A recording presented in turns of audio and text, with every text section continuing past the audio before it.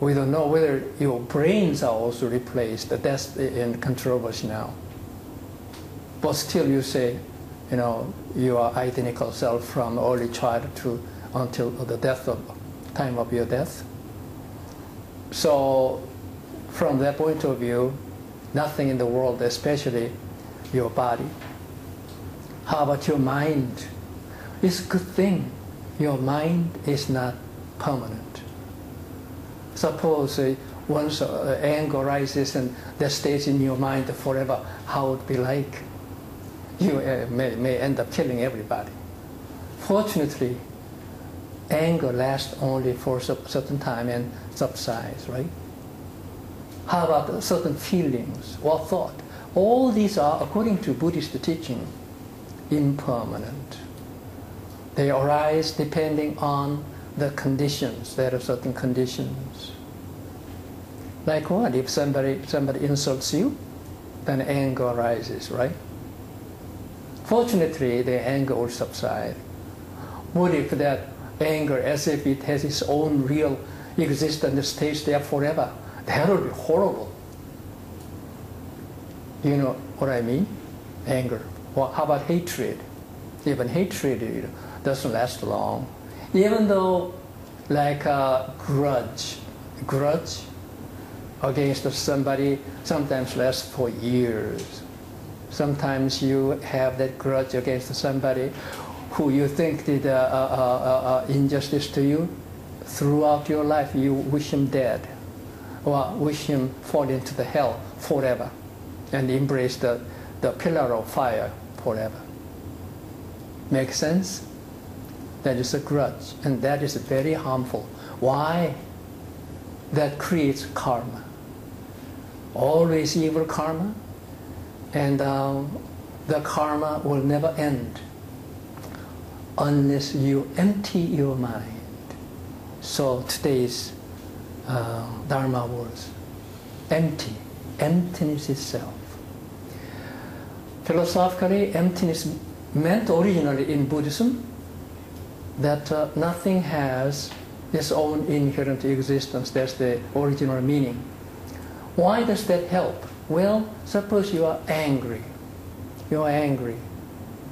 And you are just very unhappy. Suppose the anger or even grudge lasts quite a long time. Of course you are unhappy as long as you are angry. Even though some people enjoy being angry, you know. Some feel some kind of anger. Right? But as long as you are angry, you hate somebody, you are unhappy. So in Zen Buddhism, what they teach is this: keep your mind empty. Empty of unwholesome thought. Like if you have a yucky smell, odor in your room or in your bathroom,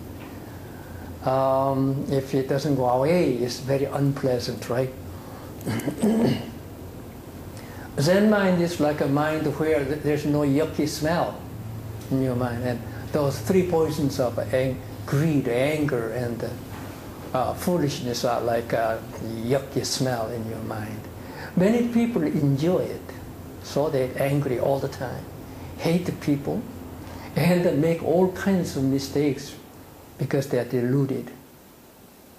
Extreme cases, commit suicide, kill somebody. We see that all the time. It's a matter of degree. If your mind is not free from all those unwholesome thoughts, there are certain probability that it will grow. So you have to clean up. You have to clean the bottom of your mind as clean as possible. No yucky smell could arise. But that's easier said than done. You are driving on Palmetto Highway or I-95, and there are bad drivers, right? Bad drivers will make you angry. Your mind was a Zen mind before that happened, but as soon as you have a situation like that, then you know your mind is disturbed. And that's the cause, the start of all kinds of troubles. Sometimes they kill on highways, you know. So what do we have to do? We have to keep Zen mind. What is the Zen mind? Zen mind is the mind where emptiness is the substance of your mind. Have you got it? Emptiness is the substance of your mind. Emptiness of what? Empty of any kind of unwholesome thought, including hatred, anger, greed, delusions, stupidity, and so on. So emptiness is the substance of your mind. If you want to have a Zen mind, by the way, you meditate to Zen only when you sit. If you are successful, you can keep your mind empty when you are meditating. But if you cannot keep that mind while you're driving or treating or dealing with those obnoxious people, obnoxious people, you are not practicing Zen right. Zen mind should last whole day. And the substance of the Zen mind is emptiness, true emptiness. True emptiness as the substance. And then marvelous existence, or wondrous functioning of the mind. And that is the functioning of your Zen mind. Always have this mind. If you want to know what Zen mind is, see whether you can keep the empty mind in adverse conditions, trying situations. And also, from that emptiness, only wisdom comes. You know what to do. If somebody cuts in without, the turn signal, instead of reacting with anger and making fingers, or, just treat them as if nothing is happening.